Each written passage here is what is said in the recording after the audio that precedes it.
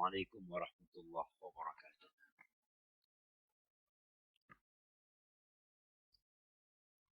Alhamdulillah alladzi anzala alaina al-ma. Segala puji bagi Allah Jalla Jalaluh yang telah menurunkan buat kita air. Dia mengeluh. Dia mengeluh. Udah. Iya. Sehingga seharusnya yang hujan itu bermanfaat, nggak jadi manfaat buat antum. Coba antum katakan Allahumma shayyiban nafi'an dilakukan. Ya semoga Allah berkahi. Ya semoga Allah berkahi dagangannya. Allahumma salli wa sallim ala abdika wa rasulika sayyidina wa maulana Muhammadin wa ala alihi wa ashabihi ajma'in. Amma ba'd. Ahibati fillah. Kita berbincang tentang perceraian. Tentang pemutusan hubungan yang sejatinya diadakan untuk meraih sakinah, mawaddah dan rahmah. Tapi terkadang yang diinginkan dan diharapkan tidak terjadi. Kita sudah sampaikan bahwa cerai adalah solusi terakhir. Dan sebagian ulama menyatakan bahwasanya hukum asalnya perceraian itu terlarang kecuali ketika ada sebabnya. Tapi ada satu pembahasan sebelum kita membahas tentang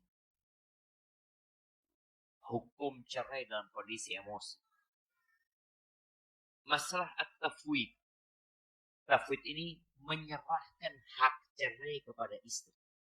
Suami tidak ingin menceraikan istri, tapi istrinya terus ganyang.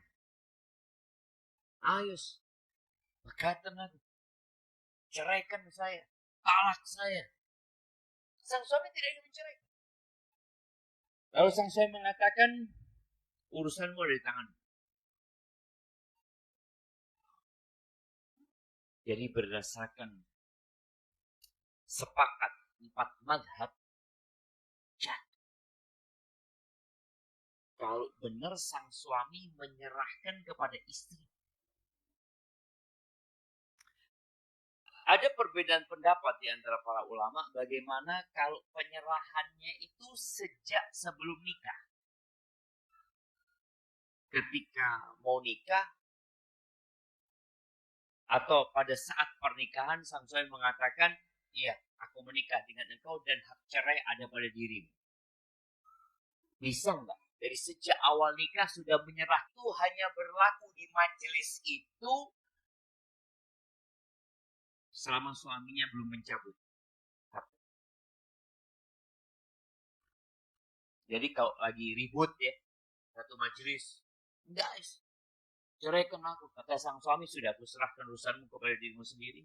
Engkau mau menceraikan dirimu, silahkan. Ditantang sang istri. Kira-kira dia menceraikan dirinya atau tidak? Ya tergantung.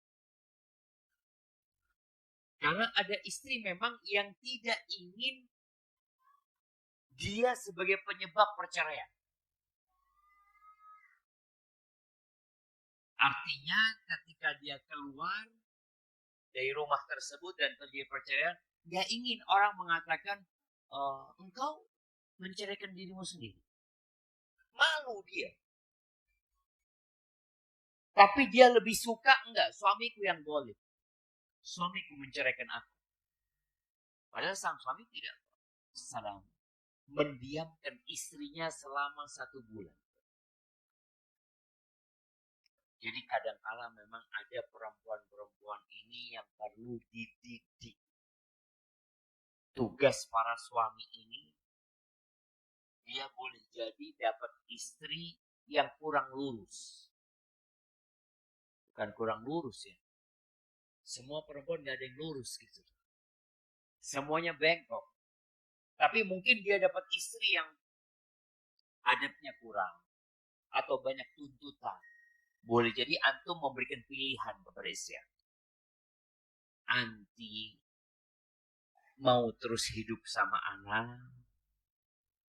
Atau anti memilih untuk kembali kepada orang tuanya. Kasih pilihan. Dan Nabi SAW setelah sebulan, beliau bersumpah untuk tidak mendekati istrinya. Setelah selesai 29 hari, beliau mendatangi istrinya satu persatu. Membacakan firman Allah di surat Al-Ahzab ayat 28-29.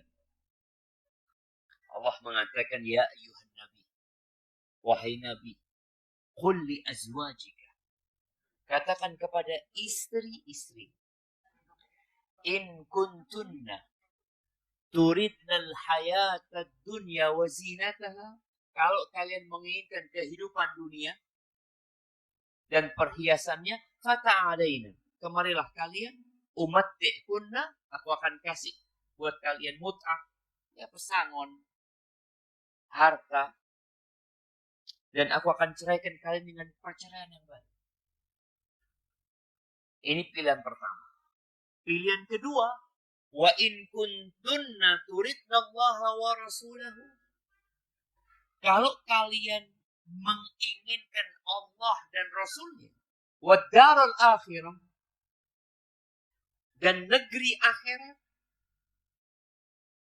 yang ingin Allah, yang ingin Rasulnya, yang ingin darul akhirah, itu perlu berjuang. Karena jalan menuju surga itu terjal. Gak enak disuruh nurut sama suami, taat sama suami. Makanya banyak perempuan itu ngeyel loh dikasih. Bang, aku mau datang kajian banget. Kata suaminya, janganlah. Hujan. Ah, yaudah bang. Kajian bang. Suami-suami yang memang butuh dirayu. Tapi dengan bahasa yang indah. Tapi kalau suaminya melarang sesuatu, ya sudah, sami'na wa apa.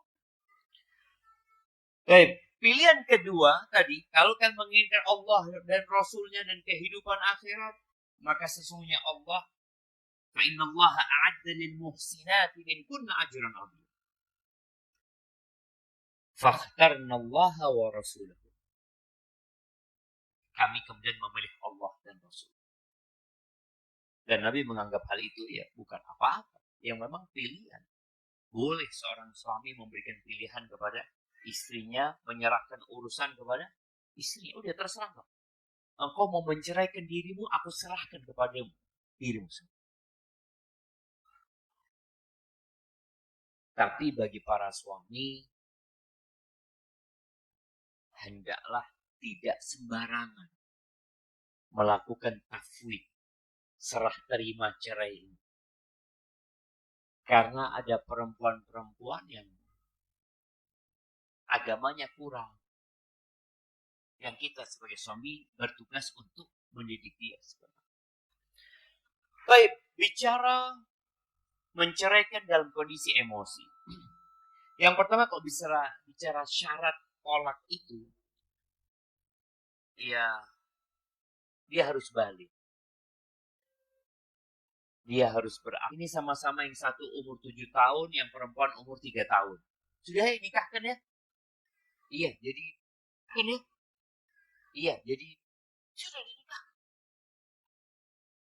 Kan walinya. Kan bisa diwakilkan, nikah nih. Tapi nggak kumpul jamaah. Fikih dan Syafi'iyah berkata itu terjadi setelah itu terjadi satu edan. Turun kata dia, enggak, saya mau naik. Entah pura-pura gila atau gila sungguhan, wallahu a'lam.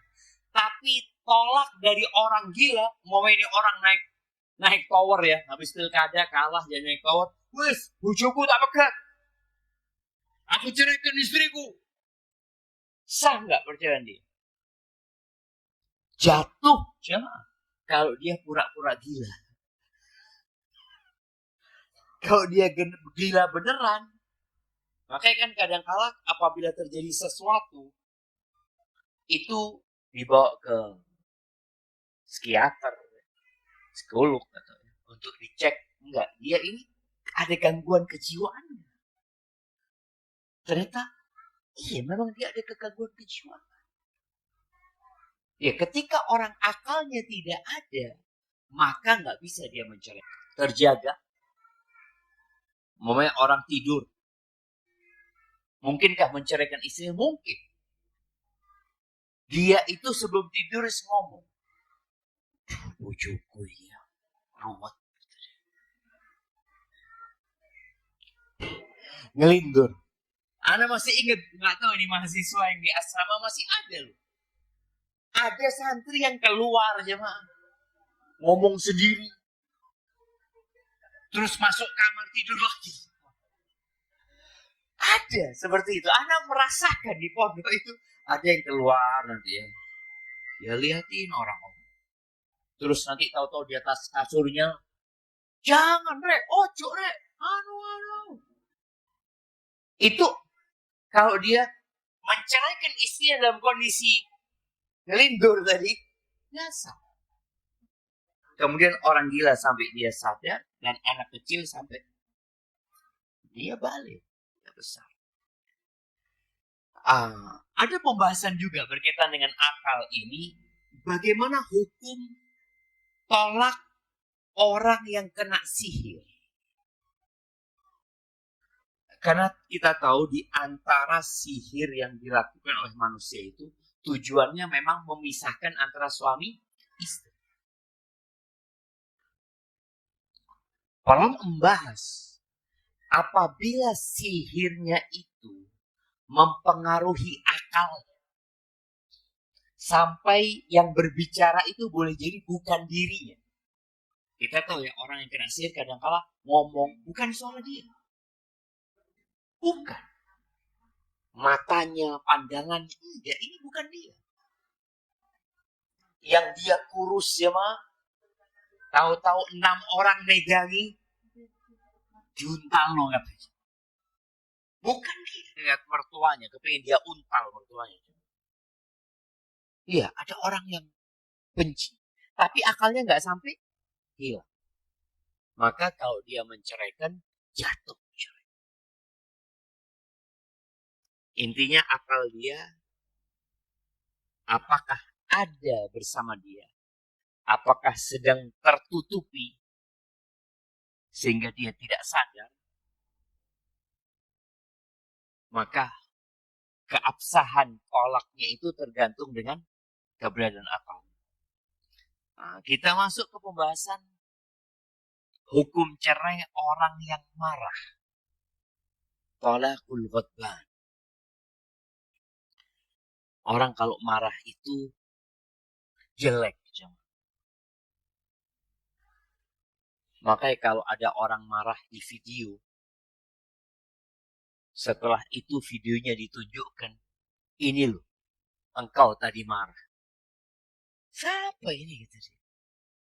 Masa kata dia? Iya. Bagaimana orang ketika marah bisa membunuh? Dia bunuh orang itu. Ada seorang wanita yang tahu suaminya kawin lagi. Kemudian suaminya tidur, disiram bensin, diopong. Sampai mati suami. Bagaimana hukum tolak orang yang marah? Sedangkan kebanyakan orang menceraikan itu disebabkan marah. Rasul sallallahu alaihi wasallam mengatakan la taghdab. Ketika ada sahabat yang minta nasihat, nasihatnya apa? Jangan marah. La taghdab. Ini menunjukkan marah itu omongan yang diucapkan, ya, perbuatan yang dilakukan, dia akan dihisab. Baik, jumhur ulama berpendapat bahwasanya tolaknya orang yang marah itu jatuh.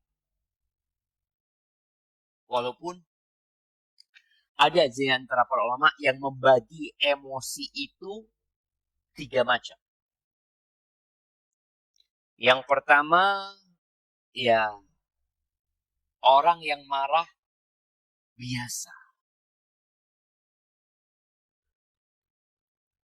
Makanya sulit sebenarnya jamaah untuk mengukur marah ini. Dikatakan fulan marahnya biasa atau marahnya marah beneran. Marah yang keras sekali. Kalau orang itu marah biasa-biasa aja, maka jatuh cerai.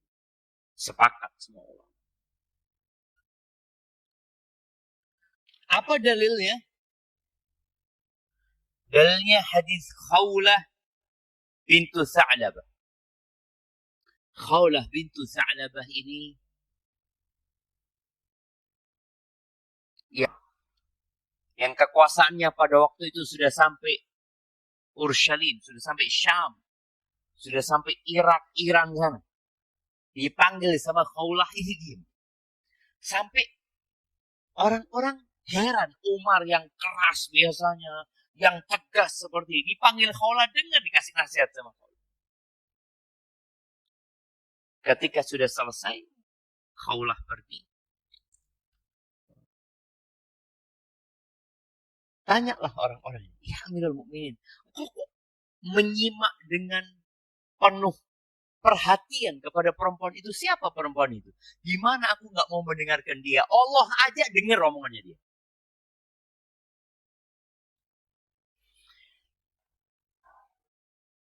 Katakan iya lah. Nah, apalagi suaminya kondisinya marah. Katakan iya. Ini Khawlah bantah. Fawadibah. Lalu marah suaminya. Fadhahara minha. Karena marah, akhirnya suaminya melakukan zihar. Zihar ini mengatakan kepada istri, artinya menyamakan istri dengan ibu.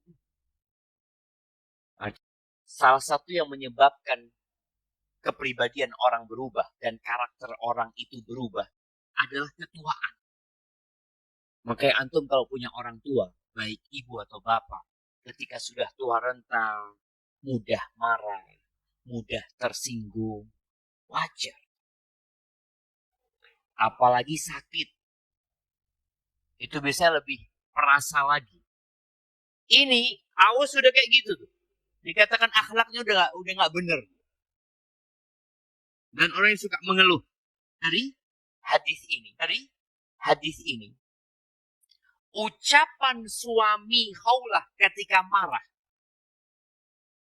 itu konsekuensi hukumnya ada dan terjadi di hari itu. Maka akhirnya sang suami kalau mau menghubungi istrinya ada kafarat yang harus dia bayar. Ini sebagai dalil bahwa orang marah itu hukum talaknya jatuh. Baik. Dan zihar itu dulu dianggap tolak. Dalam Islam enggak. Zihar bukan tolak.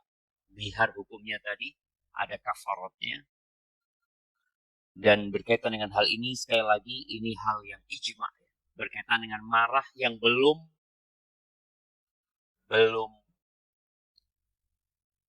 keras marahnya. Ya tadi kan dia omongin itu marah, langsung dia mengatakan anti alaika wahyu. Baik. Yang kedua, marah yang sampai membuat akalnya hilang.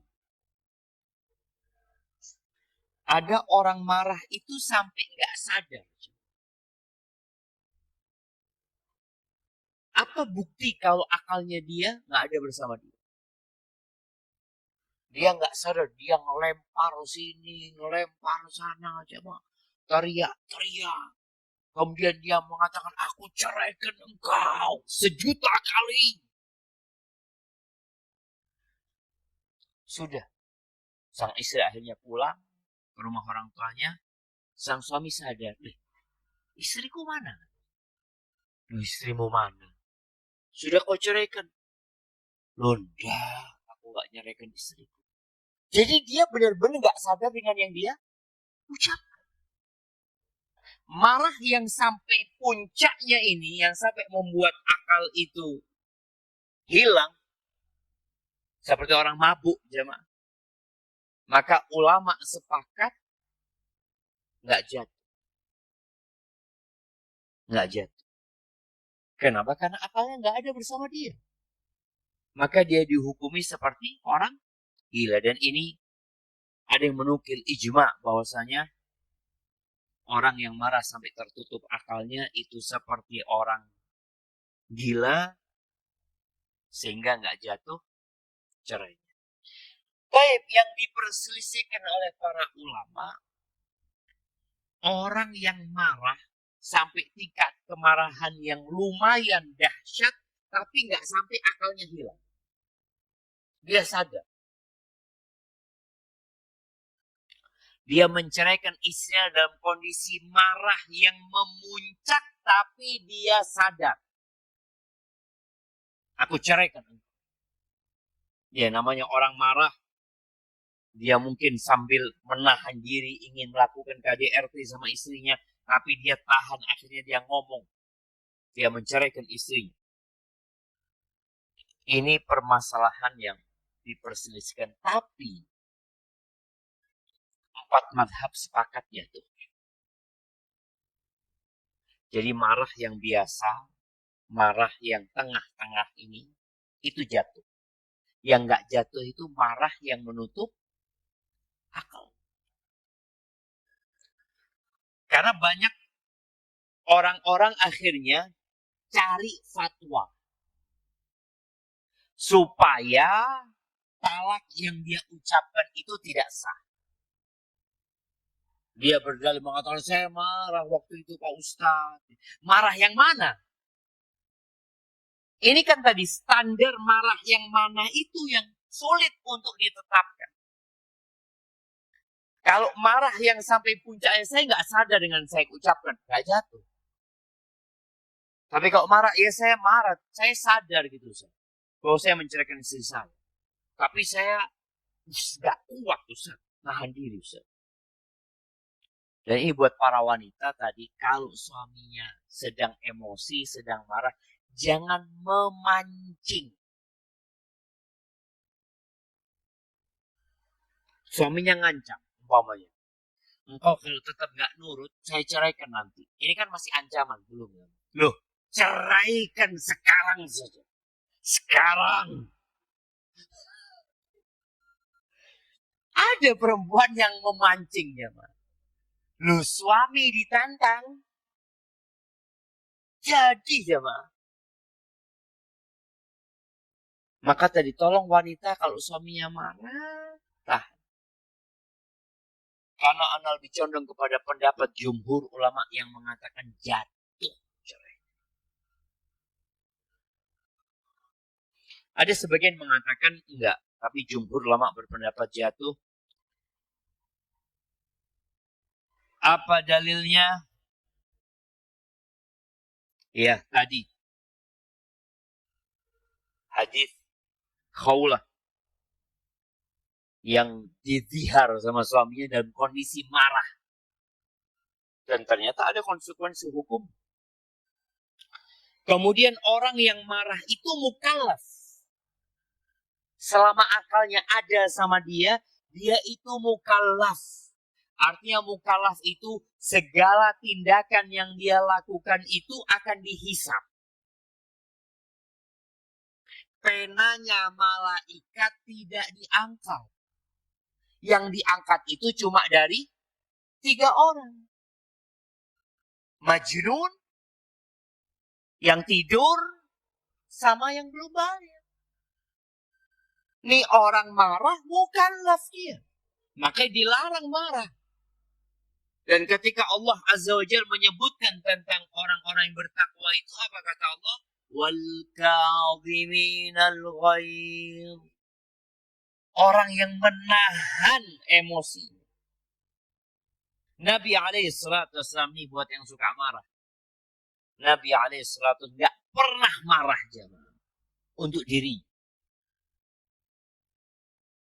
Beliau baru marah kalau agama yang dilanggar, syariat yang dilecehkan, baru beliau marah. Sedangkan kita kebanyakan marahnya untuk dirinya. Dan hampir tidak pernah marah untuk agamanya. Tidak pernah marah untuk agama. Coba antum lihat, kapan anak marah buat agama? Yang ada untuk diri kita.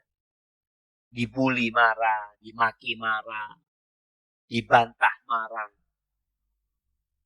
Dan ini nasihat buat para suami ya. Iya, kita tahu istri nggak boleh kurang ajar.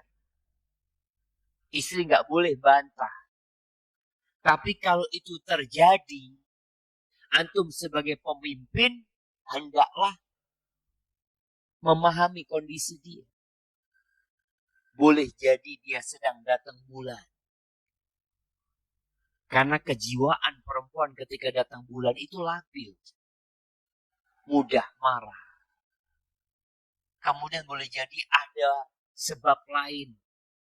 Ini emak diganyang sama anaknya. Tahu-tahu bapaknya datang ganyang juga. Akhirnya sang ibu membantah sang bapak atau sang suaminya. Jadi ingat, kalau ada orang marah, membunuh, tetap dia akan dihukum.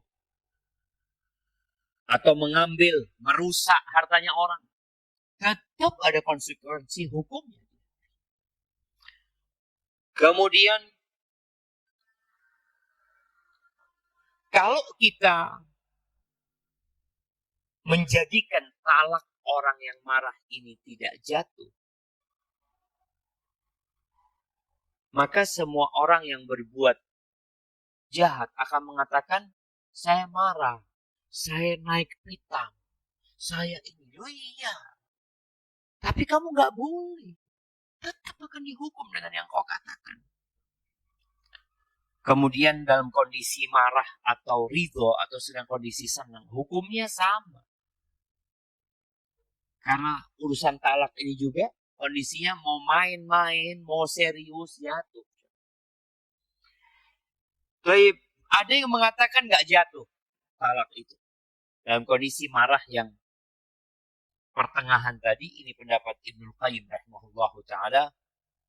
Dan mungkin kalau antum membaca fatwa Syekh bin Baz dan Syekh bin Utsaimin, mereka juga termasuk yang mengatakan tidak jatuh. Jadi kalau nanti antum baca fatwa Syekh Utsaimin, Syekh Utsaimin mengatakan nggak jatuh setia, betul. Tapi jumhur ulama berpendapat jatuh. Karena memang tadi bagaimana standarnya, bagaimana membedakan. Hadza wallahu a'lam bishawab. Kita dengarkan azan dulu.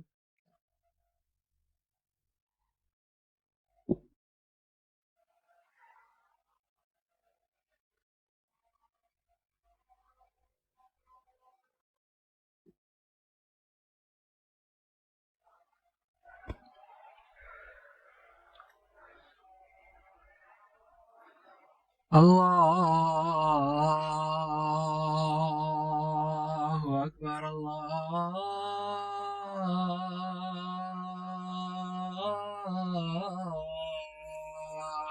Akbar.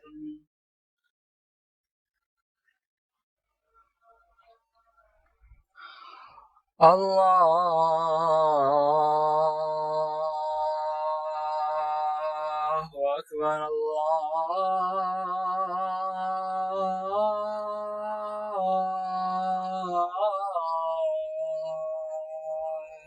Akbar.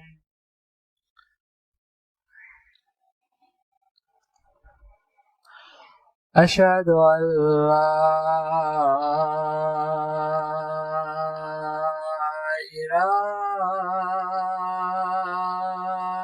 إلا الله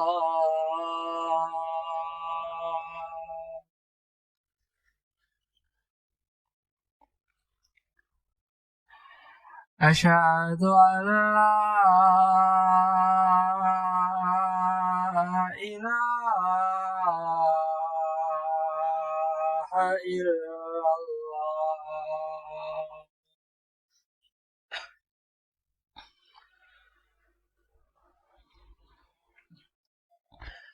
أشهد أن محمد رسول الله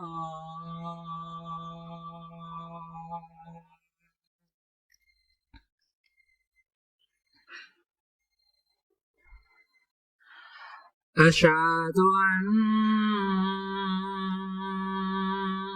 محمد رسول الله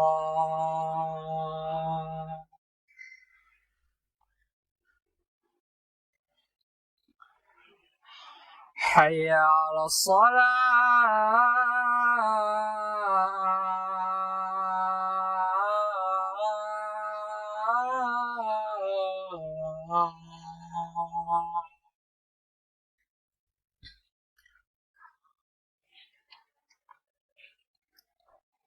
حي على الصلاة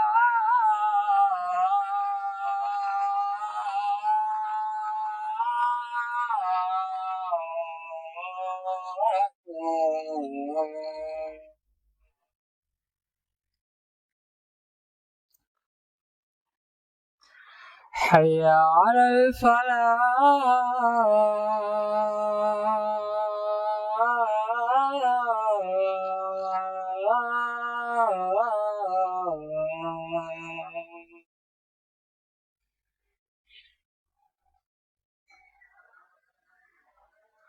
حي على الفلاح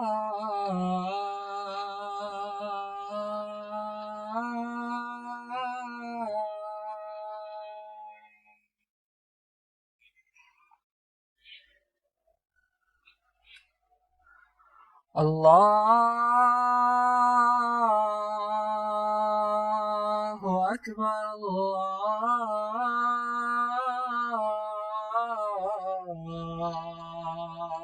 الله أكبر لا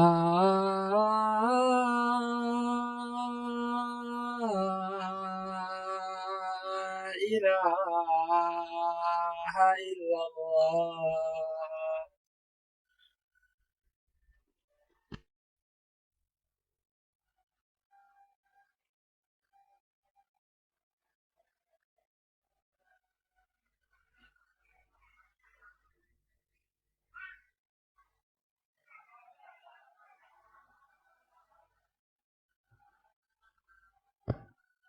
Allahumma salli wa sallim ala Nabi Muhammad.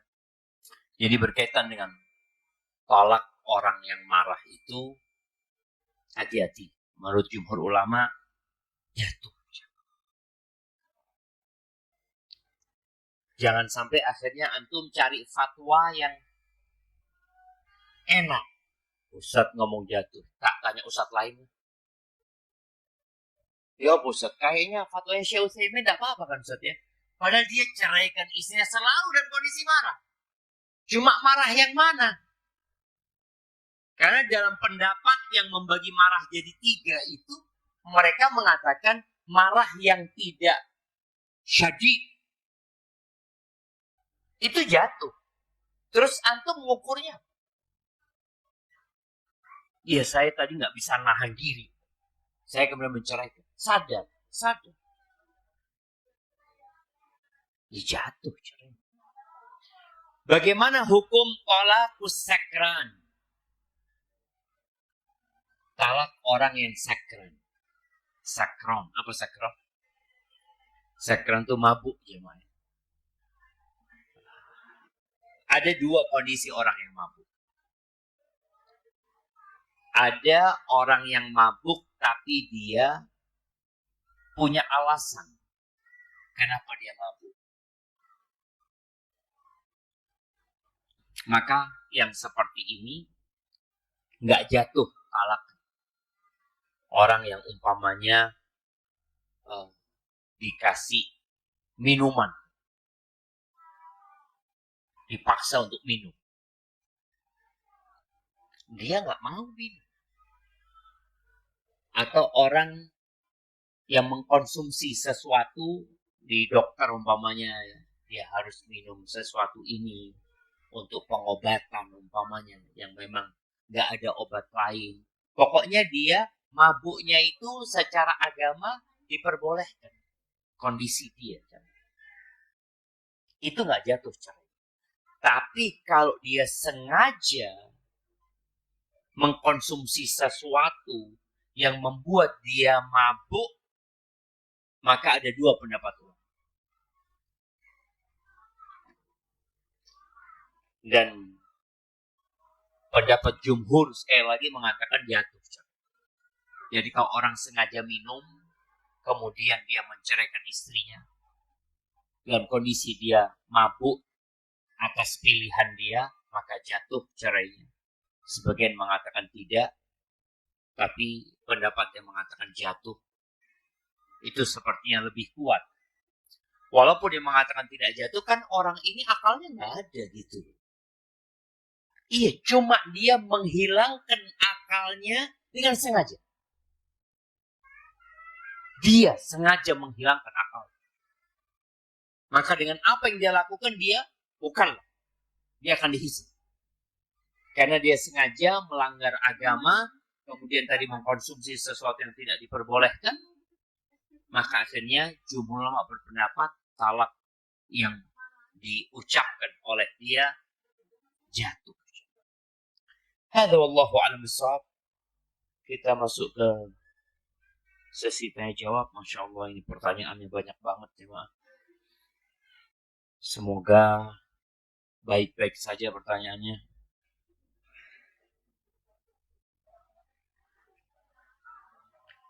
Assalamualaikum Ustaz, saya ibu dari 2 anak. Yang semua anak-anak saya bersekolah di Al-Irsyad. Saat ini, saya dan anak-anak saya sedang ditinggal pergi tanpa pamit oleh suami. Tanpa pamit oleh suami saya yang ikut jamaah tabligh ke Pakistan. Hal ini sudah kedua kalinya dilakukan oleh suami saya dan saya tidak ingin ada yang ketiga kalinya. Apa harus saya lakukan untuk menghentikan kezaliman yang suami saya lakukan, serta amalan apa yang membuat suami saya kembali ke sunnah?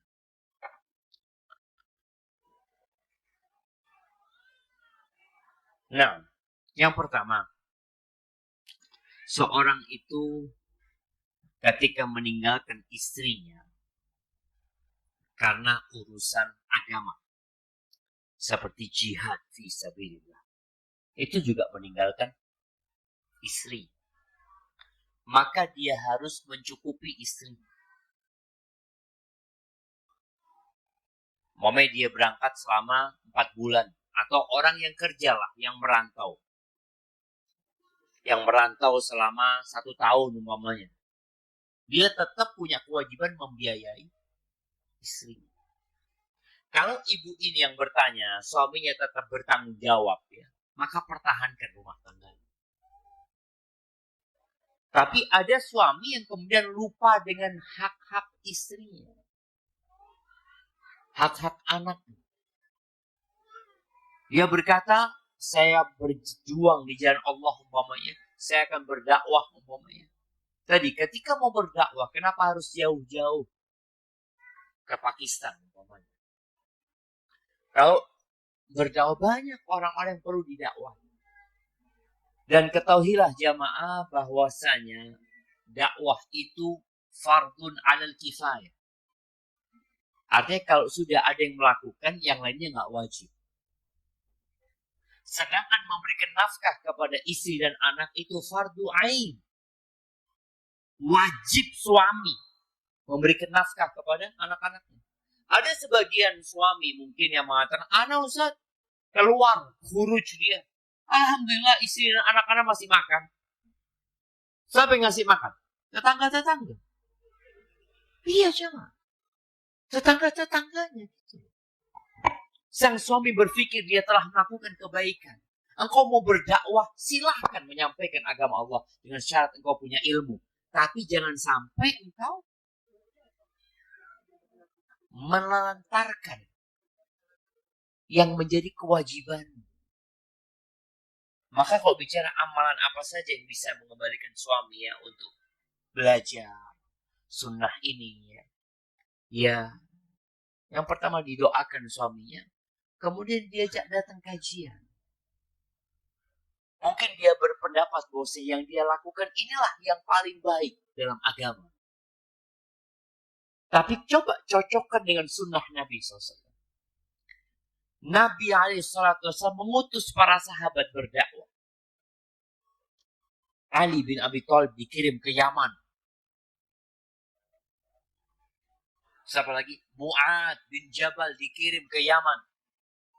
Abu Musa al-Asy'ari dikirim ke Yaman. Aminu hadil ummah Abu Ubaidah Amir bin Jarrah dikirim ke Bahrain. Ketika orang-orang itu minta orang yang dikirim untuk mengajar di sana, Nabi SAW tidak menyuruh semua sahabat, dipilih yang memang punya kemampuan untuk melakukan itu. Tapi secara umum kita wajib berdakwah, jemaah. Mau itu ustadz, tidak ustadz, wajib berdakwah terhadap orang-orang yang menjadi tanggung jawabnya. Bapak wajib mendakwain anak-anaknya. Suami wajib mendakwain istrinya. Bos di perusahaan wajib mendakwain anak buahnya.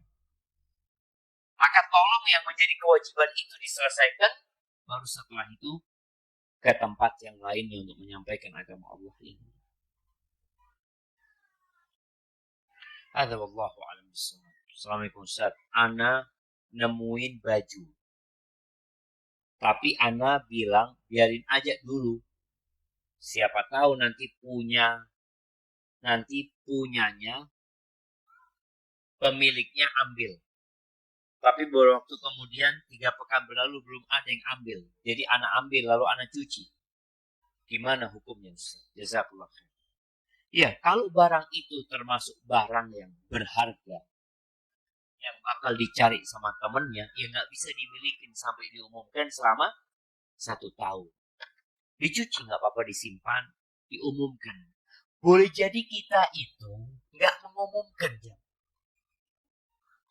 Baju itu di sana, orang ini nyariin, nggak tahu di mana bajunya.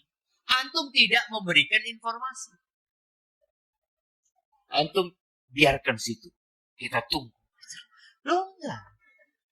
Antum kalau memang antum ingin memilikinya atau ingin menggunakannya, antum umumkan. Foto, mamanya sekarang sudah nggak perlu lagi mengumumkan di. Kalau dulu kan mengumumkan di tempat-tempat kumpulnya orang, sekarang diumumkan di mana? Status antum di medsos diumumkan. Ditunggu sampai 1 tahun. Kalau memang bajunya itu baju yang berharga. Tapi memang ada orang-orang yang bajunya ya dia sudah nggak dicari, apalagi sudah jatuh kena tanah ini, memang sengaja ditinggal. Maka tetap kalau antum tahu baju itu berharga, diumumkan. Jangan kemudian antum pakai. Hadza wallahu a'lam bishawab. Bismillah, assalamualaikum Ustaz. Izin bertanya. Ana seorang ikhwan yang insya Allah akan menikah.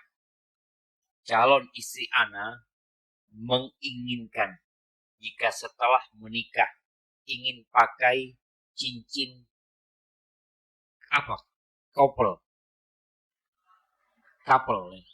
cincin sepasang, yang mana Ana dan istri Ana memakai sebagai tanda kalau kita sudah menikah. Kalau memakai tanpa ada keyakinan apapun, hanya sekedar pakai saja sebagai tanda kita sudah menikah. Yang Ana tahu kalau seorang istri bebas saja pakai perhiasan. Namun dalam kasus ini dipakai untuk kedua suami istri.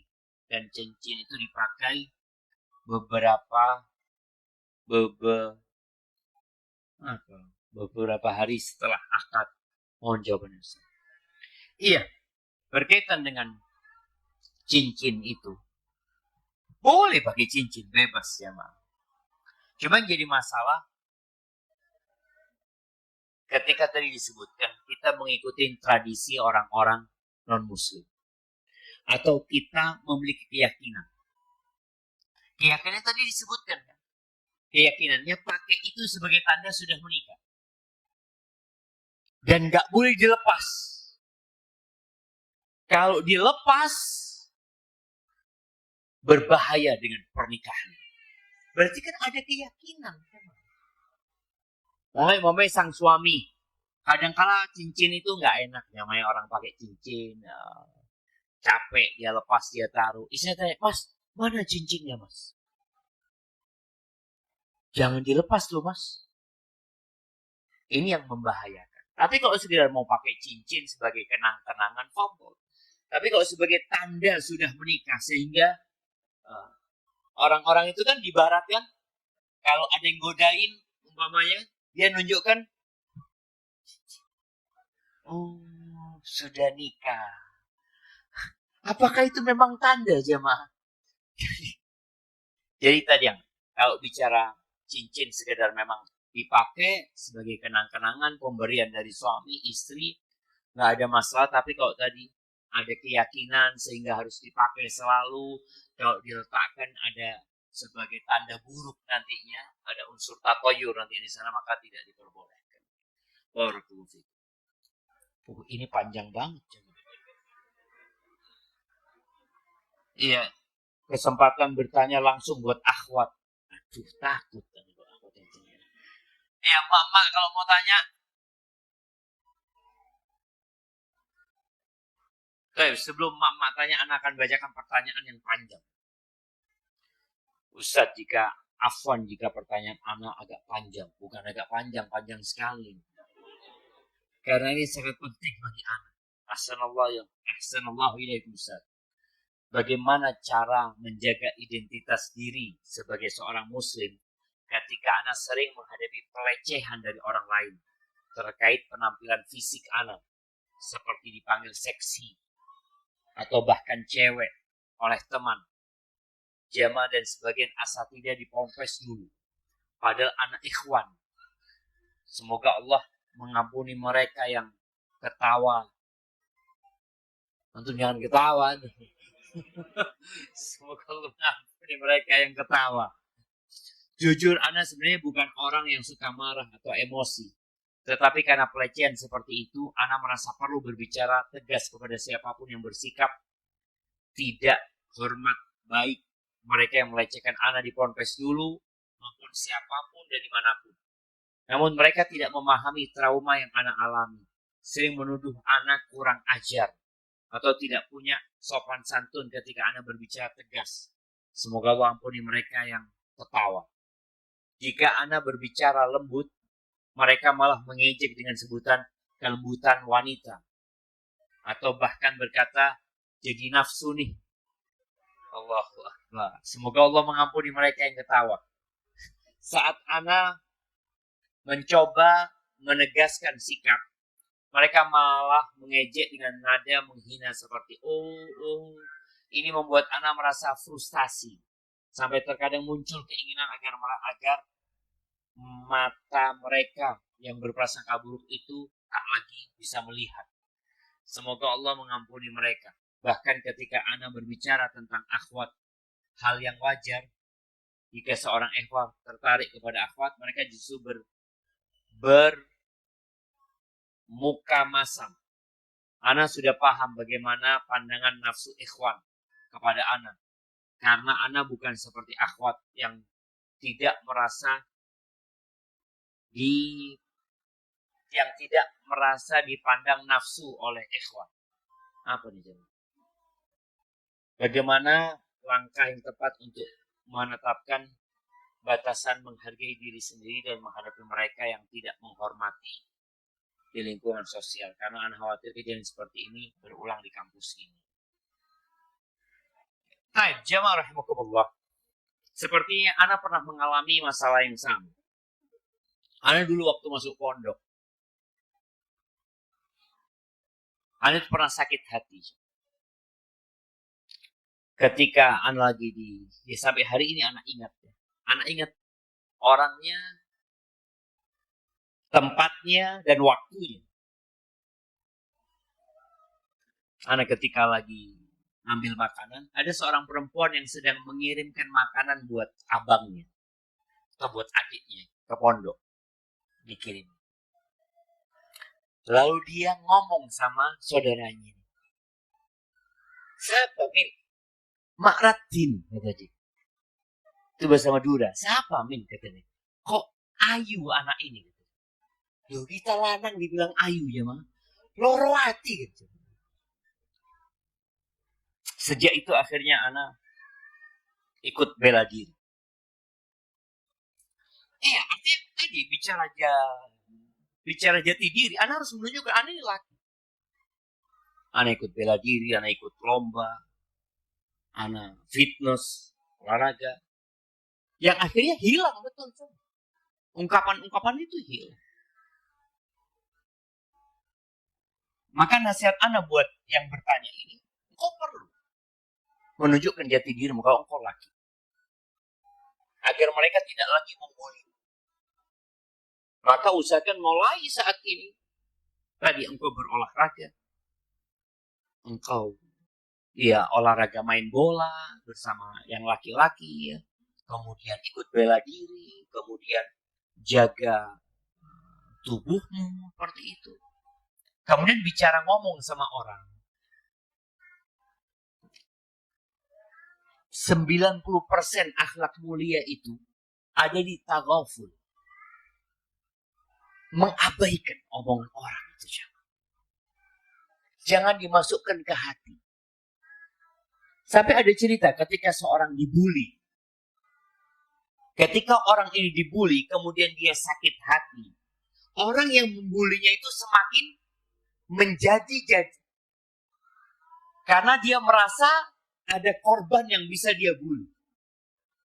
Tapi ketika orang ini dibully lalu mengatakan jazakallah khair, syukran, barakallahu fikum. Makasih banyak. Kalau dikatakan engkau kok bau gitu. Jazakallah khair atas informasi. Makasih. Ya, tanggapi dengan positif. Tapi kalau antum tanggapin dengan seperti tadi, antum marah-marah, antum malah nggak dihargai sama mereka. Maka yang perlu dilakukan bagaimana yang bertanya ini merubah penampilan. Dengan tadi, dia berolahraga, dia ikut bela diri, dia fitness, dia main bola, sehingga orang tahu bahwasanya dia anak rojul. Nah, anak rojul. Perlu ditampakkan. Dan alhamdulillah akhirnya bulian itu habis. Dan memang sakit hati ketika dikatakan rajin itu jemaah. Dikatakan ayu loh, ayu nih. Kalau ganteng seneng gitu kan jemaah. Tapi dibilang ayu sakit. Baik, ibu-ibu, semoga nggak ada yang tanya. Karena memang pertanyaan yang keluar dari sana itu berat di sini. Assalamualaikum Ustaz. Ketika kami sekeluarga bertamasya ke Batu Malang, ketika kami sudah sampai di hotel atau tempat rekreasi, apakah hukum menjamak qasar sholat masih berlaku? Barakallahu fikum. Iya. Selama antum nggak niat mukim di tempat itu, sebagian ulama berpendapat selama tidak ada keinginan menetap lebih dari 4 hari atau 3 hari di tempat itu, maka antum boleh jamak qasar. Jamak qasar diperbolehkan walaupun di tempat rekreasi umpamanya ya. Cuma memang sunnahnya itu qasar, bukan jamak. Jamak itu kondisional. Kalau kondisi antum capek, fadhol. Kalau nggak capek, nggak ada kerjaan juga, ya asal qasar saja tanpa jamak. Oke, pertanyaan terakhir ini.